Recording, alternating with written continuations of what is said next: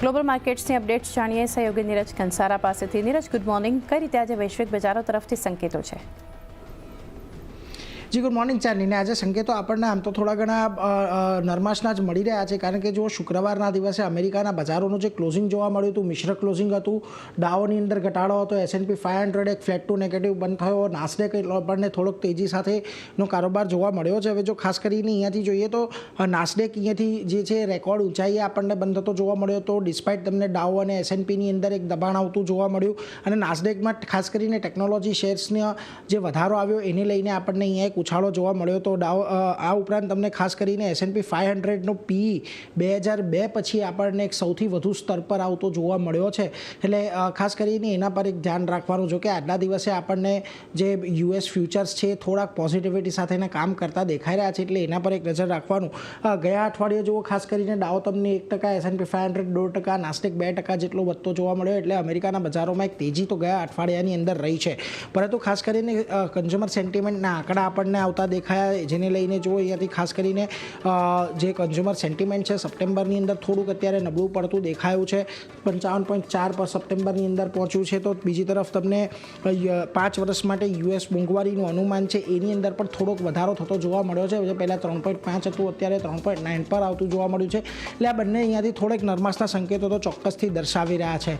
પરંતુ આ બધાની વચ્ચે ખાસ કરીને ટ્રમ્પનું ટ્રુથ સોશિયલ પર ફરી પાછું રશિયાને લઈને નિવેદન આવતું જોવા મળ્યું છે। એમણે કહ્યું છે રશિયા પર મોટા પ્રતિબંધો તેઓ આવનારા સમયમાં મૂકી શકે છે। નાટો દેશો ખાસ કરીને આ બાબતે મંજૂર થાય એના માટે તેઓ રાહ જોઈ રહ્યા છે, અને ચાઇના પર પણ 50 થી 100% બીજા ટેરિફ લાગુ થઈ શકે છે। રશિયા પાસેથી તેલ ખરીદવા બદલ ચીન પર ટેરિફ લાગુ થશે, અને યુક્રેન યુદ્ધ સમાપ્ત થતાં ટેરિફ પાછું ખેંચી લેવામાં આવશે। આ પ્રકારનું નિવેદન તેમણે આપ્યું છે। જો કે એક વાત મહત્વની છે કે અહીંયાથી આ વખતે તેમણે ચીનની એક ચીમકી ઉચ્ચારી છે, પરંતુ ખાસ કરીને ભારતનું નામ નથી લીધું, એટલે આપણા માટે થોડીક રાહતની વાત છે।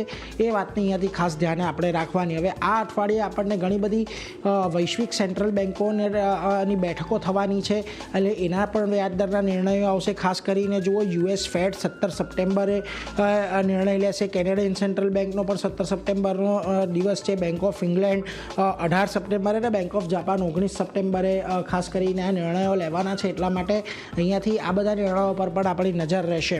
હવે અહીંયાથી મોટેભાગે આપણે બધાની નજર USના નિર્ણય પર છે કે ત્યાંથી ફેડ શું નિર્ણય લે છે। ઓલમોસ્ટ 93% લોકો એવું માની રહ્યા છે કે 5%નો વ્યાજદર કાપ તો આપણને આ સાયકલની અંદર આવતો દેખાશે જ, અને ખાસ કરીને ભવિષ્યમાં કઈ પ્રકારે દરો ઘટાડવામાં આવશે એ અંગેનું જે એક સ્પષ્ટતા આવવી જોઈએ એ પણ અહીંયાથી એના પર પણ એક રાહ રહેશે। અને જો ડર ઘટશે તો ટ્રમ્પના બીજા કાર્યકાળમાં પહેલી વખત અહીંયાથી આપણને વ્યાજદર કાપ આવતો દેખાશે, એટલે એના પર એક ખાસ કરીને ધ્યાન રાખવાનું છે। જો કે બ્લુમબર્ગ અહીંયાથી આશા રાખી રહ્યું છે કે હજી કદાચ વર્ષની અંદર 2 જેટલા વ્યાજદર કાપ આવી શકે।